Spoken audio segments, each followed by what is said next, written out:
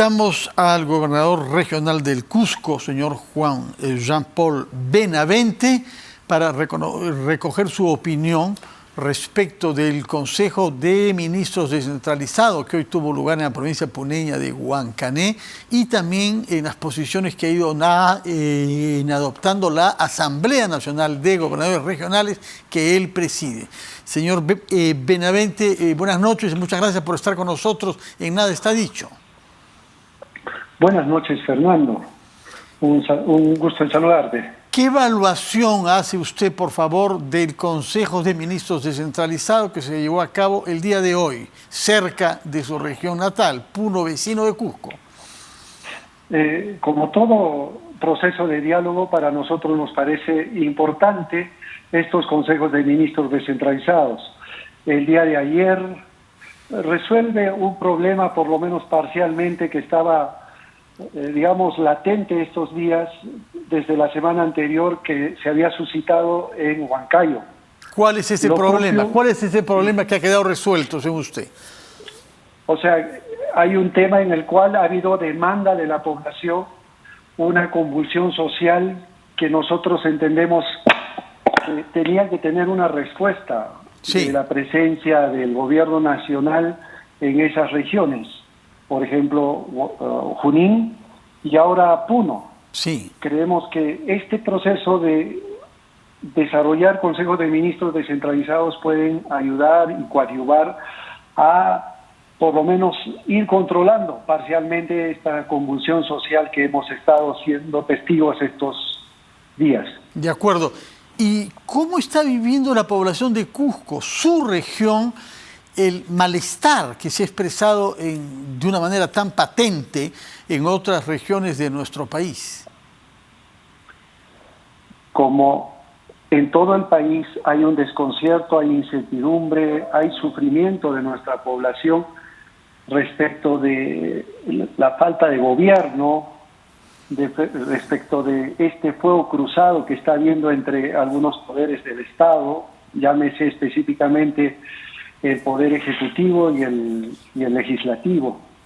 Y entonces hay demandas que no están siendo atendidas desde hace mucho tiempo, por ejemplo, las que están en el corredor vial minero, o lo que ha pasado en estos días en el Aeropuerto Internacional de Chinchero, que es una obra emblemática en mi región, y que requerimos obviamente dar una salida.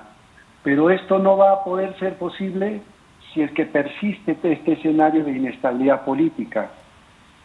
De acuerdo. ¿Y cómo se soluciona esta inestabilidad política? Usted ha conversado con sus 24 colegas gobernadores regionales. ¿Cuál es el consenso que se ha ido gestando respecto de la solución a esta crisis?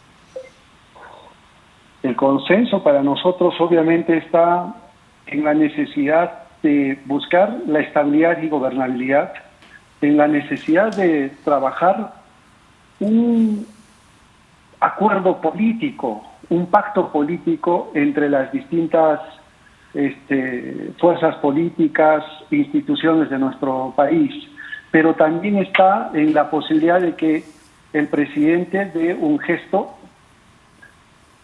recomponiendo su gabinete. Nosotros hemos señalado enfáticamente el día de hoy que esta crisis social, económica y política que se ha generado estos días requiere obviamente de identificar responsabilidades políticas, requiere también de mirar con mucha reflexión qué es lo que está pasando al interior del gabinete y de lo que realmente pone en confrontación a estas dos digamos, instituciones tutelares del Perú, tanto el Ejecutivo como el Legislativo. De acuerdo. Ahora bien, ¿no se han pronunciado ustedes a favor de la renuncia del presidente Castillo? Pero sí han hecho saber de que si no toma medidas que van en el sentido de lo que usted nos ha dicho, recomponer el gabinete, por ejemplo, podrían estar tentados de solicitarle como asociación, es decir, todos los gobernadores regionales que renuncien. Explíquenos, por favor. Sí. Mire, desde que hemos iniciado nuestra gestión, y hemos visto pasar 4 presidentes de la República y estamos coordinando con 3 congresos de la República. Nosotros apostábamos por la estabilidad, por la gobernabilidad, pero vemos que esto no está funcionando, no estamos encontrando una reacción, una autocrítica, una capacidad estadista de nuestro presidente de la República para poder dar una salida a esta problemática que vivimos. Y lo primero es, por ejemplo, convocar a los colegios profesionales, a la academia, a las universidades, a poder convocar profesionales, digamos, que vengan de esas canteras y que puedan darle una mayor estabilidad, eficiencia y especialización a ciertas carteras ministeriales en las cuales se han generado problemas, incluso de fuego cruzado con el Congreso de la República. ¿Cuáles son esas carteras ministeriales? ¿Qué ministro le parece a usted que sería urgente que el presidente cambie para no finalmente pasar a exigir que renuncie el presidente Castillo? Mire, el tema es complejo, tiene que hacerse una evaluación, pero obviamente el tema de salud tenía ciertas críticas que debían haber desembocado en una atención y una convocatoria al Colegio de Médicos del Perú, por ejemplo, para poder generar una propuesta en la cual se consensúe y se dé realmente una respuesta contundente a quienes se oponen a esta política que está planteando el presidente Castillo. Bueno, hay un nuevo ministro de Salud, como usted sabe, que había sido designado por el censurado, el señor Condori, que era su viceministro y que también aparentemente forma parte de lo que se ha dado en llamar la cuota de Vladimir Cerrón. Por eso mismo, si nosotros seguimos viendo un gabinete en el cual parece que convoca ciertos representantes que dependen estrictamente de una cuota de poder político en base a criterios específicos de un partido en particular, entonces lo que vamos a ver en la reacción de la población y de las otras instituciones es nuevamente ese fuego cruzado que no va a concluir. Bueno, entonces estamos ante una crítica que ustedes formulan a esta mentalidad de cuotas de poderes particulares, en particular el caso de Vladimir Cerrón, el fundador y secretario general de Perú Libre. Pero, ¿qué otros ministerios le parece a usted que no están a la altura? Porque acá tenemos un problema, paro de transportes y paro de productores agropecuarios, es decir, 2 ministerios, Transportes y Comunicaciones y luego Desarrollo Agrario y Riego. ¿Le parece que esos 2 ministros también deben ser cambiados? Es una posibilidad, es una alternativa en la cual el presidente tiene que evaluar, pero recuerde que han habido muchos cuestionamientos alrededor del Ministerio de Transportes y Comunicaciones. Sí. Hemos tenido en estos días incluso denuncias que se han desarrollado por supuestos actos de corrupción en ese ministerio. Lo más saludable era que se pueda hacer cambios, digamos, contundentes al interior de ese ministerio. De acuerdo. Y lo propio en agricultura. O sea, necesitamos impulsar el sector agrario. Entonces hay que convocar a fuerzas como Conveagro, como el sector que organiza a las agroexportadoras. Hay que convocar a la Junta de Usuarios de Agua, entre otros, para poder generar una propuesta en la cual tengamos un ministro de Agricultura que tenga un esquema de gobernanza, de respaldo, de legitimidad del sector, para así afrontar, digamos, esta subida en el precio de los fertilizantes y que podamos atender entre todos una salida a la agricultura o a la pequeña agricultura familiar. Ustedes han fijado una fecha, el 21 de abril, para ver si hay o no cambios ministeriales, pero cambios también en la gestión pública, más allá de la cual, más allá de esta fecha, ustedes pedirían la renuncia del presidente Castillo, respaldarían esa posición. ¿Es ese el plazo que ustedes manejan? Es decir, dejar que pase la Semana Santa en buena cuenta para pasar luego a exigir o no. Sí, aprovechemos que hay una Semana Santa, esperemos reflexionar todas las autoridades que tenemos la responsabilidad de conducir los destinos de nuestro país. Nuestra población está sufriendo, está obviamente en un marco de desesperación en este momento porque el bolsillo de los hogares están siendo afectados. Y si no encontramos salidas importantes, con gestos que le pedimos con todo el respeto al presidente Castillo, para recomponer su gabinete, para que luego con ello podamos hacer un pacto político nacional y para que convoquemos al Congreso de la República para que puedan también implementar algunas reformas que tanto se requiere en este momento para justamente atender la posibilidad de digamos, controlar el alza de precios. De acuerdo. Ahora, hay otro punto importante que se ha destacado mucho con motivo de estos dos sucesivos consejos de ministros descentralizados. Es que se pasa bajo silencio las responsabilidades de los gobiernos regionales en la baja ejecución de sus presupuestos. Muchas de las carencias de inversión en obras públicas y de servicios a los ciudadanos no tiene que ver con que no haya dinero que el Ejecutivo Nacional da. Sí hay, pero no lo saben usar bien. Explíquenos, por favor, qué reforma debe hacer. Esto no es un problema de uno o dos de sus colegas, sino de muchos y desde hace mucho tiempo. ¿Qué reforma debe hacerse para que no se desaproveche tanto dinero entregado a los gobiernos regionales y a los gobiernos locales también? Bueno, pero para empezar yo quiero decirte que ejecutamos en mi región más del 90%. Por eso será que lo han elegido presidente, pero usted sabe que algunos vecinos suyos, para no nombrarlos, tienen una ejecución sumamente baja. Es decir, acá hay un problema estructural, hay un problema normativo. Las reformas que pedimos, por ejemplo, es en la ley de contrataciones del Estado. Ahí encontramos muchas trabas. O sea, yo no quiero negar como autocrítica que hay una burocracia, que hay que fortalecer capacidades en los gobiernos regionales para poder ser más eficientes en la ejecución de gasto.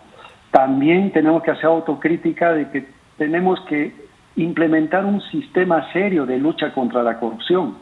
Y en ese proceso estamos con un mecanismo y una estrategia de integridad pública que se está trabajando, pero en lo que usted señala, Fernando, creo que acá la necesidad es justamente sentarnos a la mesa para poder avanzar en nuestra ejecución.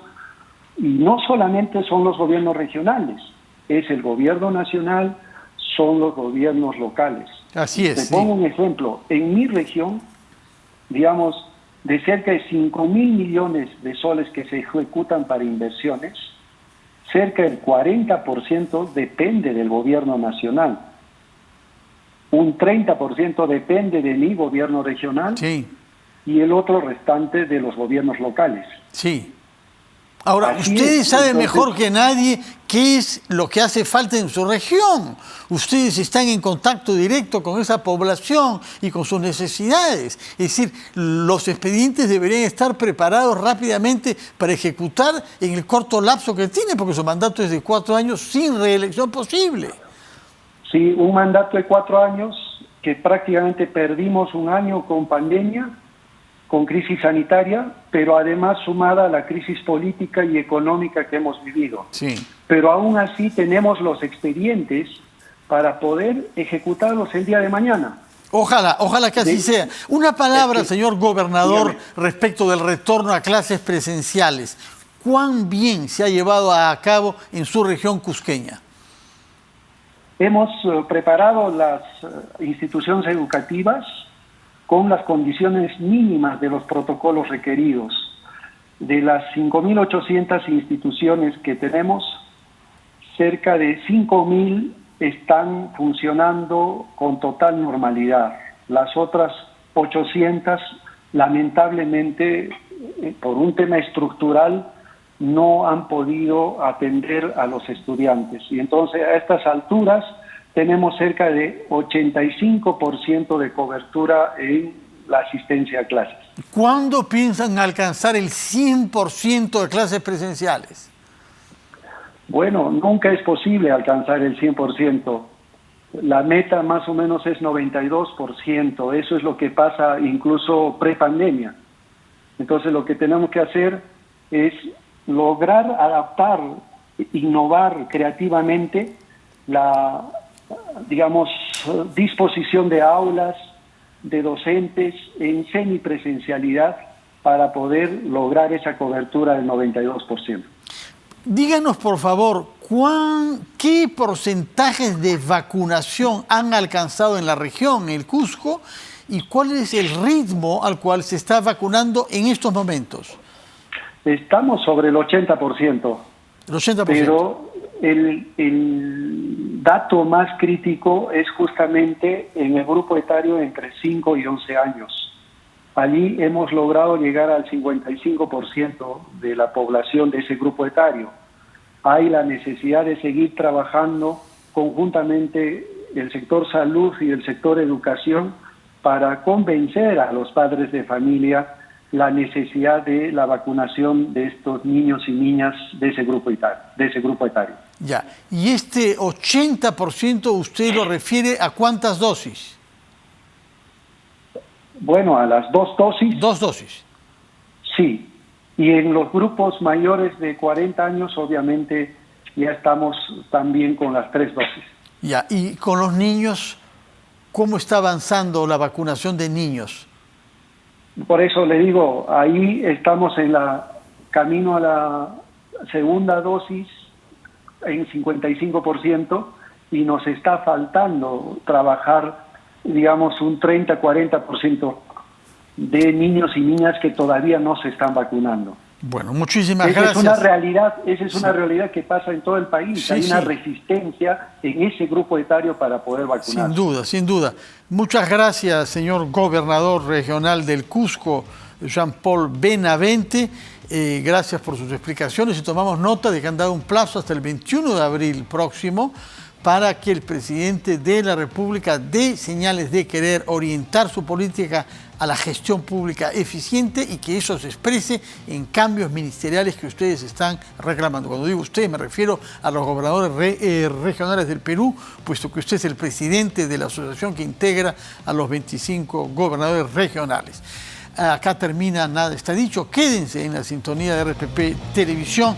Ya viene en primera fila nuestro programa dedicado a las noticias del mundo de la cultura y el entretenimiento. En todo caso, que pasen una buena noche con la compañía que les ofrece RPP Televisión, que tengan todos un buen fin de semana y nos veremos la próxima semana, si todo sale bien.